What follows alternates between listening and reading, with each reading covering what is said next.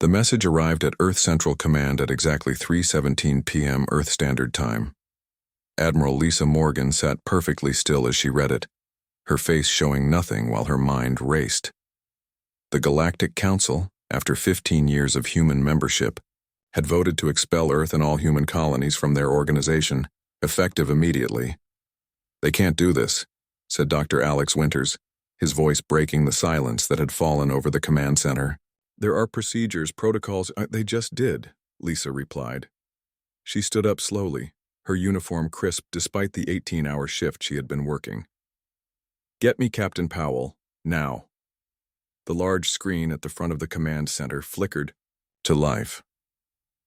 Captain Ethan Powell's face appeared, his eyes tired but alert. His ship, the USS Defiance, orbited the Council's massive space station, serving as Earth's military presence during diplomatic meetings. "Admiral," he said with a nod. "I assume you received the notice." "I did." "What's happening up there, Ethan?" Powell ran a hand through his short gray hair.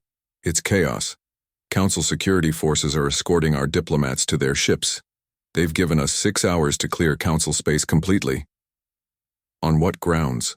Lisa demanded, though she already knew the answer. "Officially?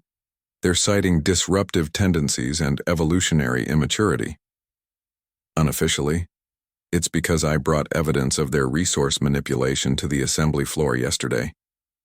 3 days earlier, Powell and his crew had discovered files proving the Council had been secretly diverting Earth resources and manipulating human politics since before they even invited Earth to join. Powell had felt it was his duty to expose this deception, believing the Council would address the issue honorably. He had been wrong. "Are you and your crew in danger?" Lisa asked. "Not immediately," Powell answered. "But I'm not sure that will last. The Valtheran delegates were particularly upset. They're demanding my arrest for stealing classified information." Lisa nodded. "Get your ship back to Earth space. Bring as many of our people as you can. And the evidence? Secure it. We may need it later." Lisa ended the transmission and turned to face the 20 staff members who had witnessed the exchange.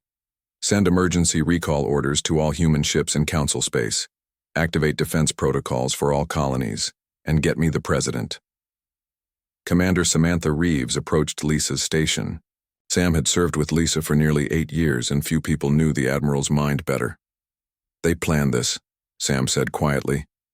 "The speed of their response means they were ready to kick us out before Powell even presented his evidence." Lisa nodded, which means what he found was just the tip of the iceberg. "What do we do now?" "Now?" Lisa looked out the large viewport at the blue-green planet below. "Now we prepare." The next 72 hours passed in a blur of activity. Most human ships made it back to Earth space before the Council closed the transit gates, but 3 vessels were seized, including a science ship with 68 crew members. The President addressed the world, explaining the situation without causing panic. Earth had been isolated before. They would survive this too. Daniel Garcia, Earth's top intelligence specialist, worked tirelessly to maintain the few secret communication channels he had established with sympathetic aliens. Most of these connections went dark as the Council enacted a complete communication blockade, but 3 remained active. "It's worse than we thought," Daniel told Lisa and Sam 1 week after the expulsion. They met in a secure room deep beneath Denver, one of the few places guaranteed to be free from any Council surveillance technology. "How bad?" Lisa asked. Daniel spread several data tablets across the table. "According to my Krill contact, the Council has established a quarantine zone around all human-controlled space. Any ship attempting to cross it will be destroyed. They're telling other species that humans are dangerous and unpredictable." "They're not wrong," Sam said with a bitter smile. "There's more," Daniel continued. "The Council is redistributing all human trading rights and resource claims among the senior Council members.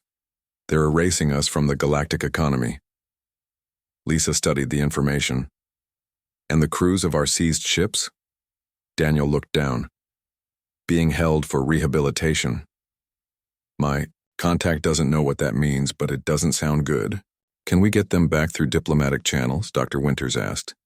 He had joined the meeting to provide his expertise on council psychology. "What diplomatic channels?" Lisa replied. "They've cut us off completely." The room fell silent as the weight of their situation settled over them. "So that's it?" Sam finally asked. "After everything we did to prove ourselves worthy of joining their precious council, they just throw us away and we accept it?" Lisa stood up and walked to the small window that showed the busy underground complex. Hundreds of Earth's best minds had been gathered here to help navigate this crisis. "No," she said firmly. "We don't accept it. But we need to be smart. The council is technologically advanced, but they've grown complacent. They expect us to either rage helplessly or beg for readmission." "And we won't do either," Daniel said, understanding in his voice. "Exactly." Lisa turned back to the group. "Dr. Winters, I need you to form a team. Study everything we know about council species, find their weaknesses, their blind spots." Alex nodded. "I've already started." "Sam, work with Fleet Command. I want a complete review of our military capabilities, and I want honest assessments of where we stand compared to council forces." "Yes, Admiral." "Daniel, maintain those communication channels at all costs, and see if you can establish new ones. We need eyes and ears out there." "What's the endgame here, Lisa?" Sam asked. "We can't fight the entire council." Lisa's expression hardened. "No, we can't. But we're not going to sit in our corner of the galaxy and let them decide our fate either. The council expected us to fail when they invited us to join," Alex said. "They were surprised by how quickly we adapted to interstellar politics. That's why they're afraid of us." "Then let's give them something to really be afraid of," Lisa replied. "Not through war, but by becoming something they can't ignore. If they won't let us have a seat at their table, we'll build our own." The meeting ended with a new sense of purpose. As the others filed out, Sam remained behind with Lisa.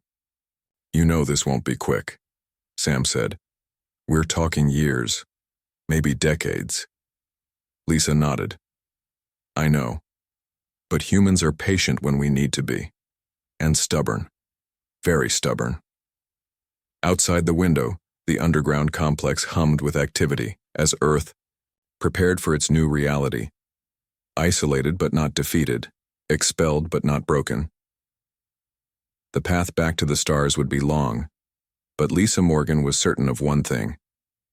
Humanity would not only return to the galactic stage, they would rewrite the rules of the game, and when they finally forced their way back to the council, it would be on human terms.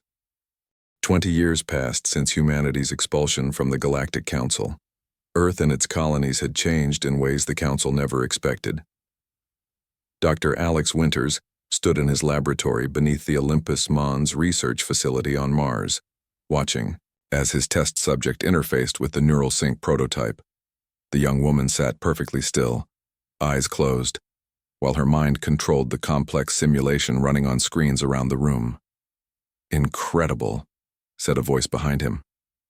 "When you first proposed this technology, I thought you were dreaming too big." Alex turned to see Admiral Lisa Morgan enter the lab. Her hair had gone silver and new lines marked her face, but her eyes remained as sharp and determined as ever. "Admiral," Alex nodded respectfully. "The neural sync is working better than we hoped. Humans can interface with our ships and weapon systems directly. It gives us reaction times that are, well, frankly impossible for most council species." Lisa watched the simulation with interest. "And you're certain they can't replicate this technology?" "Positive. I've studied the neurological patterns of 17 council species. None of them have our specific brain structure.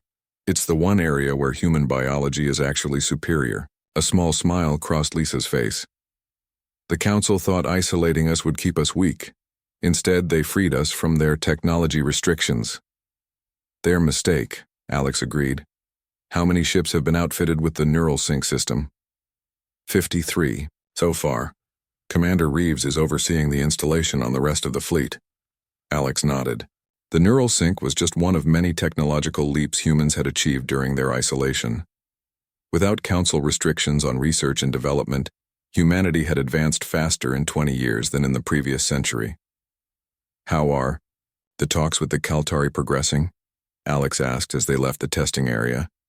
Better than expected. They've agreed to share their mapping data of Council defense networks. Daniel believes we can have complete coverage within 6 months.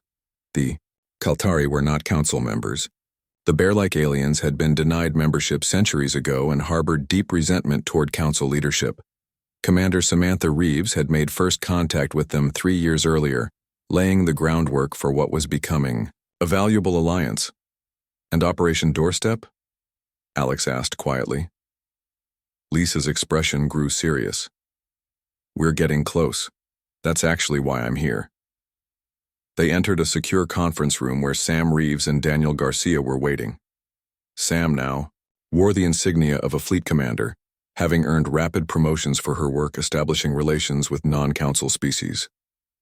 Daniel looked much as he had 20 years ago, except for the cybernetic implant visible at his left temple, a souvenir from a close encounter with Council security forces during an intelligence-gathering mission. The team's all here, Sam said, standing to greet them. Just like old times. Let's hope this meeting goes better than our last one, Daniel said with a wry smile. Lisa activated the room's security protocols, ensuring their conversation remained private. I've received authorization from Earth Central to proceed with the next phase. It's time to show the Council we're not staying in our corner any longer. Daniel tapped on his datapad, bringing up a holographic display of Haldarian, the Council's central administrative world. My contacts indicate there's growing unrest within the Council.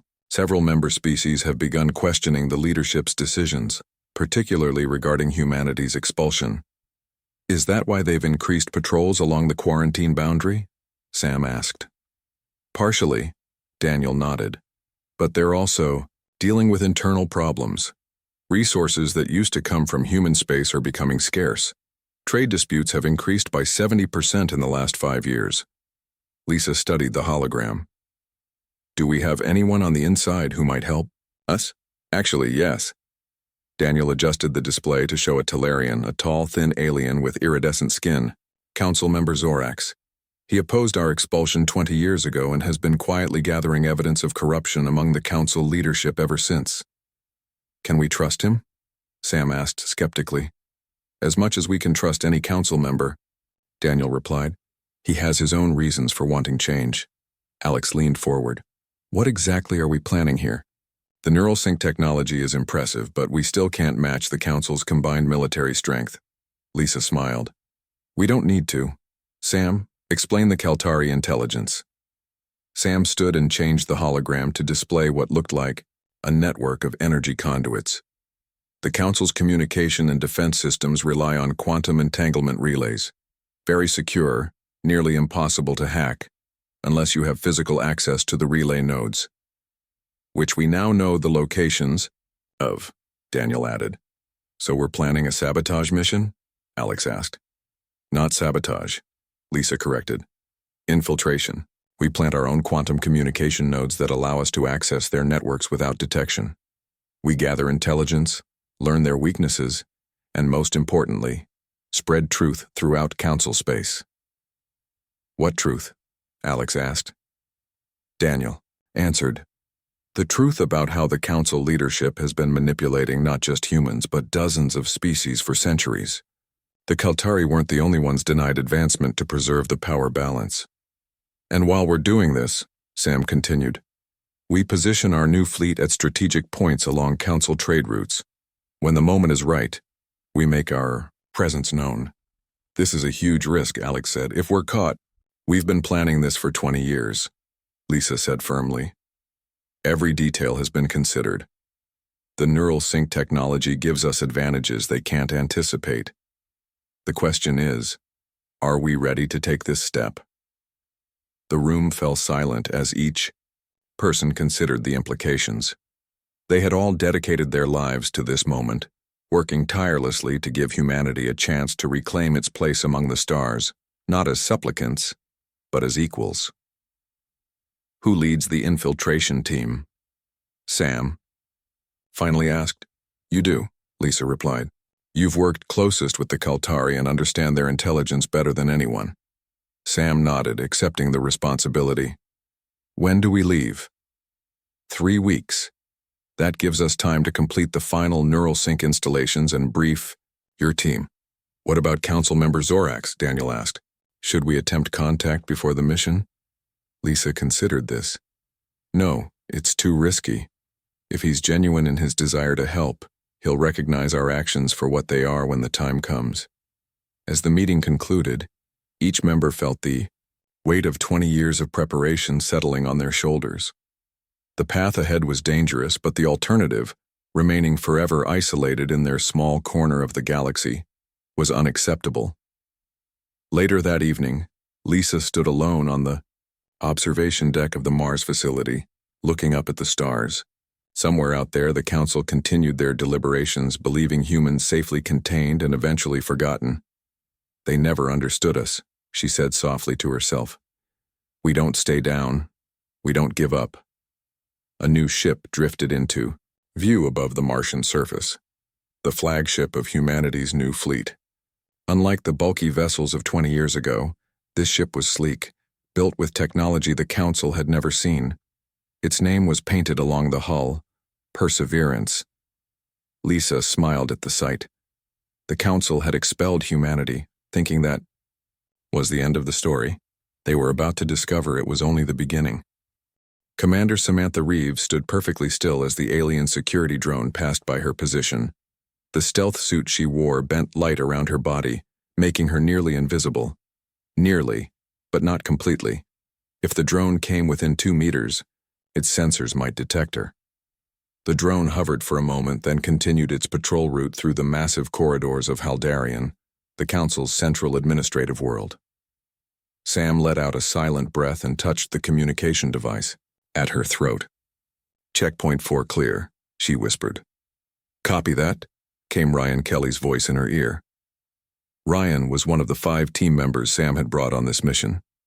They had trained together for months, learning every detail of the Council station, from Kaltari intelligence. Status on the others? Sam asked as she moved forward, staying close to the wall. Jake and Maria are in position at the central hub. Diane is still moving toward the secondary target. All looking good so far. Their mission was simple but dangerous. Plant quantum communication nodes at 5 key locations within the Council's network. These nodes would allow Daniel Garcia back on Earth to access Council systems without detection. Sam reached a junction and paused. According to their intelligence, the next corridor should be empty at this hour, but she had learned long ago never to trust intelligence completely. She removed a small device from her belt and slid it around the corner. The device projected a 3D image of the corridor on her wrist display. Empty. Good. She moved quickly now, heading toward the primary communication. Node. This was the most critical and most heavily guarded target. As the team leader, Sam had assigned it to herself. I'm approaching the primary target, she reported. Any updates from Earth? Admiral Morgan says the fleet is in position, Ryan replied. Daniel is standing by to begin the information releases as soon as we activate the nodes. Sam reached the entrance to the communication center. 2 Valtherian guards stood at attention outside. Their species was known for enhanced sensory capabilities, making them perfect for security roles. They were also one of the 3 dominant Council species who had most strongly supported humanity's expulsion. Sam checked her stealth suit's power level, 63%. Enough for what came next. She removed 2 small discs from her pocket and flicked them toward opposite ends of the corridor. They landed silently and began emitting a subtle frequency that would distract the Valtherian's sensitive hearing. As the guards turned their heads toward the sounds, Sam activated her suit's maximum stealth setting and slipped between them through the door. The power drain was immediate, 51%, 46-42, but she was inside. The communication center was a vast chamber filled with glowing consoles and holographic displays. Technicians from various species moved around the space, monitoring galactic communications. In the center stood a pillar of light, the quantum relay that connected this hub to all others across Council space. Sam needed to reach that pillar without being detected by any of the 23 individuals in the room. She moved slowly along the wall, placing each foot with careful precision. Her suit's power continued to drain. 38%, 35, 32. Halfway there. Sam froze as a Talarian technician walked directly toward her. The tall, thin alien moved with purpose, eyes focused on a data pad. He would pass. Within centimeters of her position, Sam held her breath as the Talarian passed by. For a brief moment, the alien paused, a slight tilt to his head as though sensing something unusual. Then he continued on his way. 27% power. Sam continued toward the relay. "Commander," Ryan's voice came urgently in her ear. "We have a problem. There's an unscheduled security sweep moving through the station. They just found one of our entry points." Sam's mind raced. Their mission was compromised. "Tell the others to complete their objectives and move to extraction immediately. What about you?" "I'm almost there. I'll finish and join you at the rendezvous." Sam reached the central relay. The pillar of light pulsed with energy, transferring data across thousands of light years instantaneously. She reached into a hidden pocket and removed a small device. The quantum communication node that Daniel had created. 19% power. The node needed to be placed directly into the relay's control panel. Sam located the access point and carefully inserted the device. It was designed to mesh with Council technology, drawing minimal power and remaining undetected. A soft click indicated successful connection. Sam allowed herself a small smile. The primary objective was complete, 15% power. "Primary. Node is active," she reported. "Moving to extraction."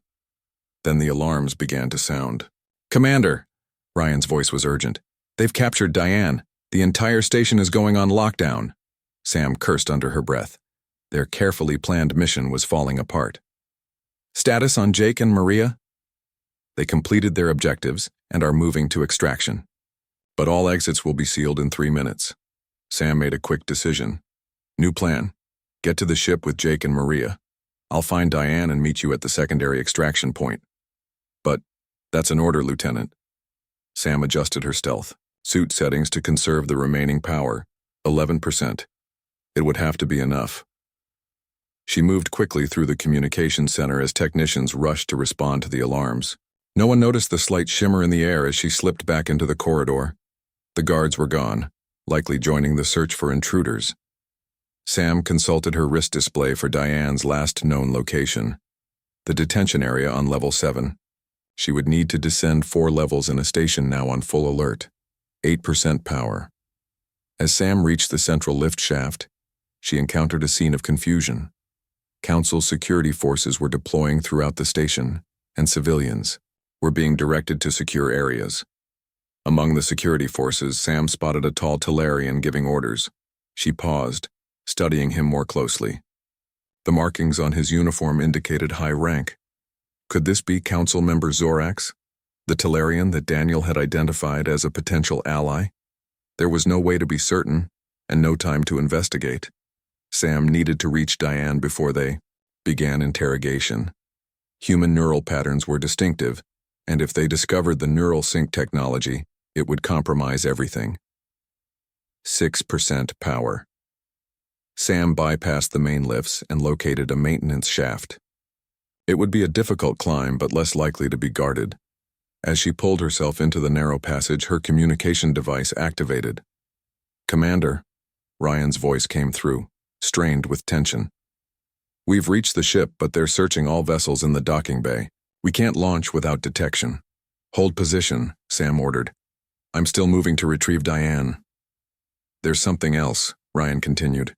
"The council chambers are in emergency session. Intelligence suggests they're discussing humanity." Sam paused in her climb. That was unexpected.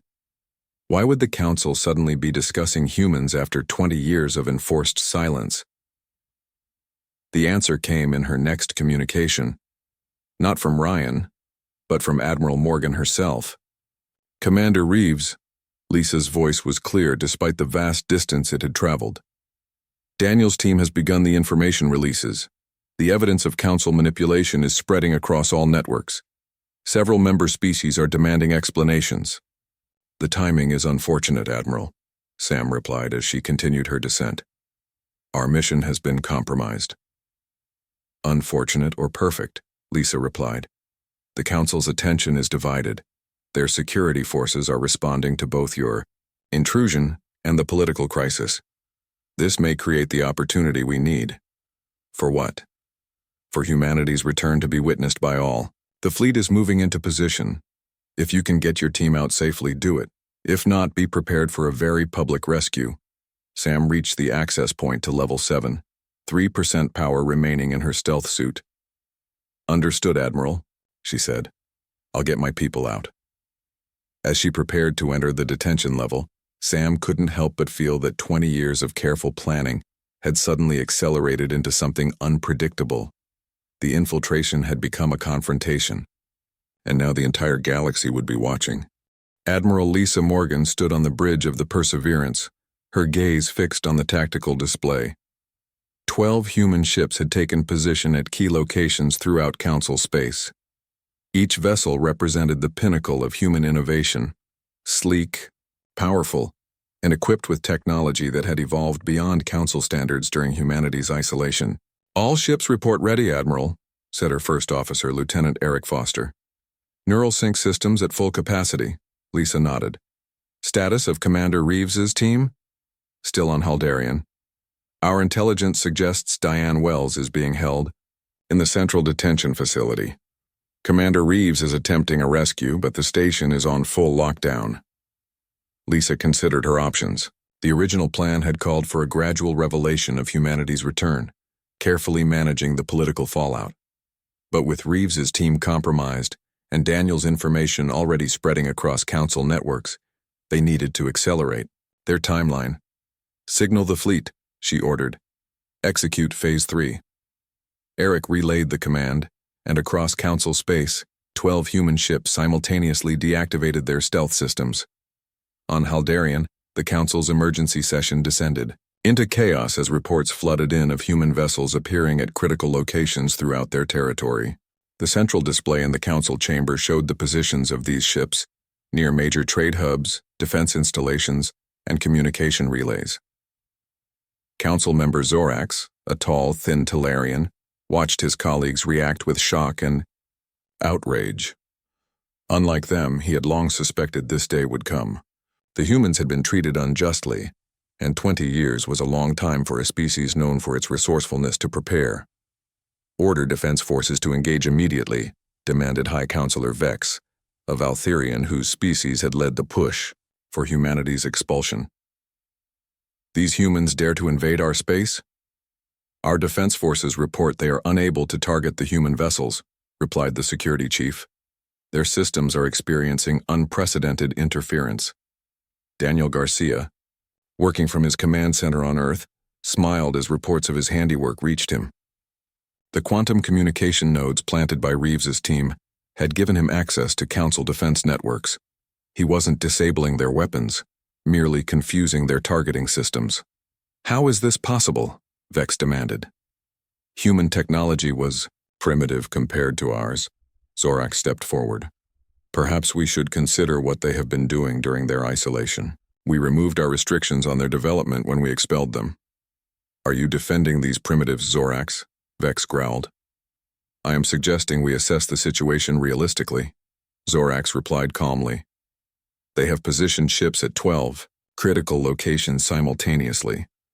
Their technology clearly allows them to bypass our detection systems, and now they appear to be affecting our defense networks. These are not the actions of primitives. Before Vex could respond, the central communication system activated. A human woman's face appeared on displays throughout Council space. This is Admiral Lisa Morgan of Earth, she said, her voice clear and steady. 20 years ago, the Council expelled humanity on false pretenses.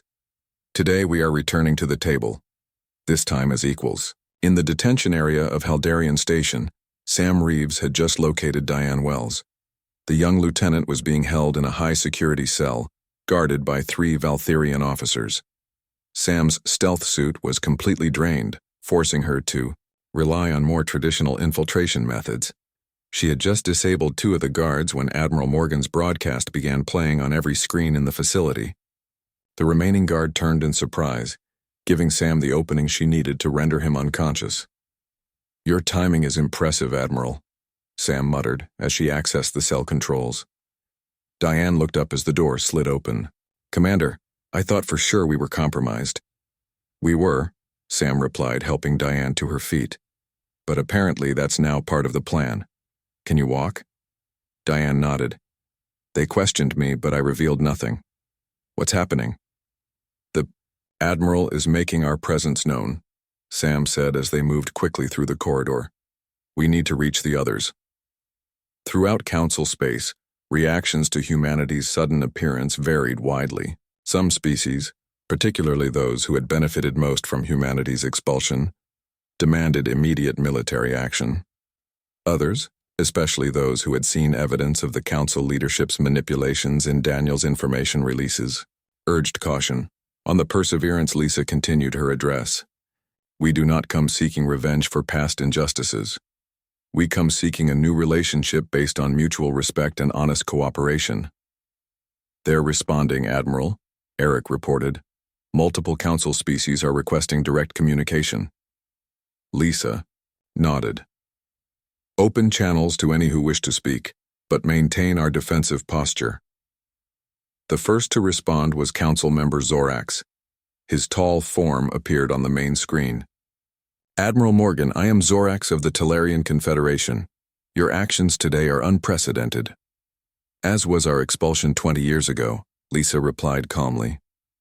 "I cannot disagree," Zorax said, surprising the other Council members visible behind him. "Many of us have questioned that decision in the intervening years. The evidence your people have released today only confirms our concerns about corruption within Council leadership." High Councilor Vex pushed into view. "This is outrageous. These humans have invaded Council space, compromised our systems, and now attempt to divide us with lies." "Are they lies, Councilor?" Zorax asked.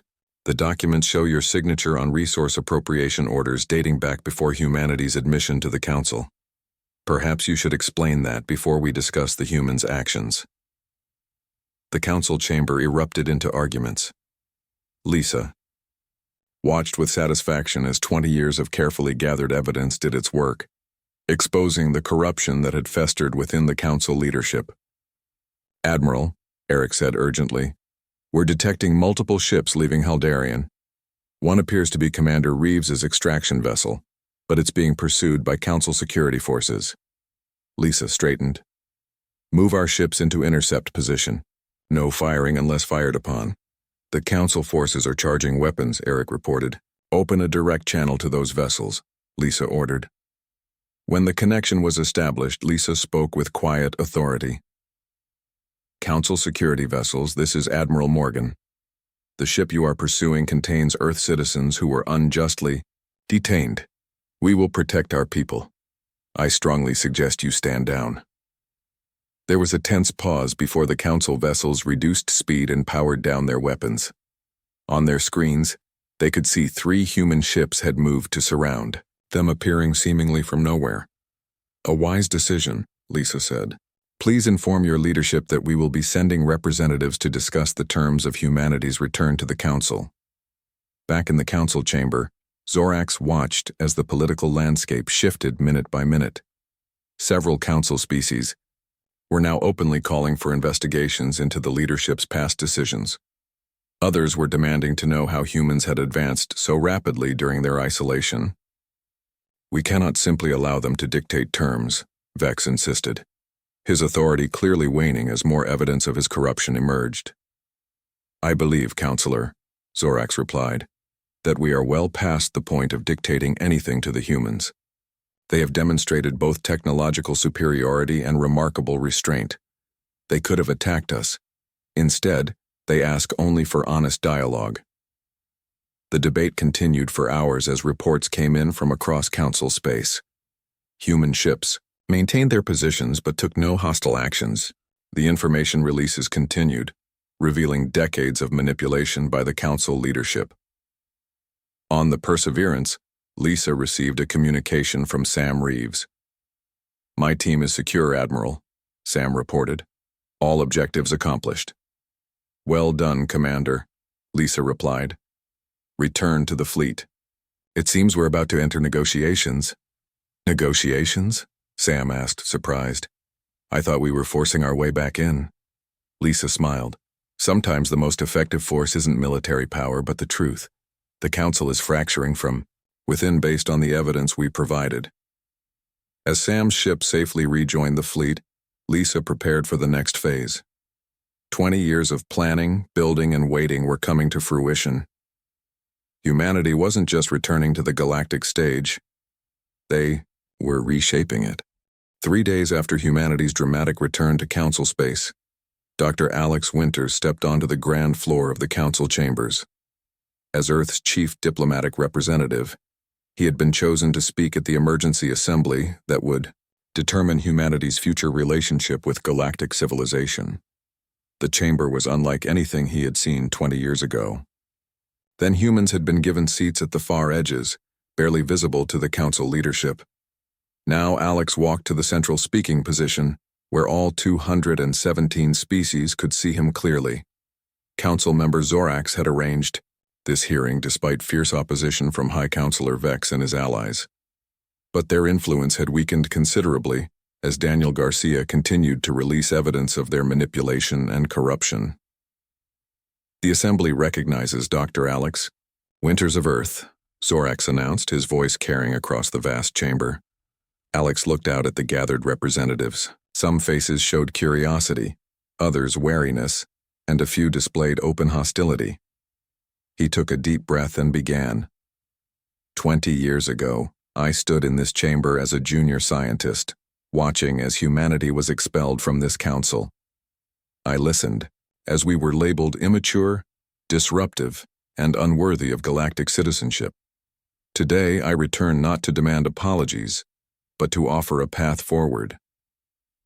Alex activated a holographic display showing the evidence that Captain Powell had discovered all those years ago. This was what prompted our expulsion. Evidence that certain council leaders had been manipulating Earth's resources and politics before we were even invited to join. Evidence that was never examined or addressed by this body.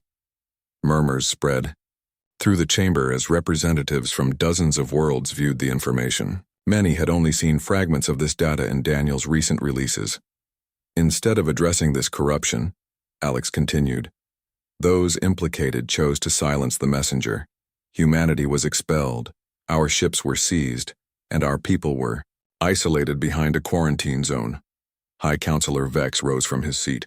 This human spreads lies. We expelled them because they violated Council security protocols and threatened galactic stability. Zorax responded calmly. Perhaps we should examine the evidence before making judgments, Counselor, particularly in light of the additional documentation that has emerged. New holograms appeared showing records of similar manipulation of other worlds, resources redirected, political systems influenced, technological development suppressed, all to maintain the power balance favoring the 3 dominant species. This is not just about humanity, Alex said quietly.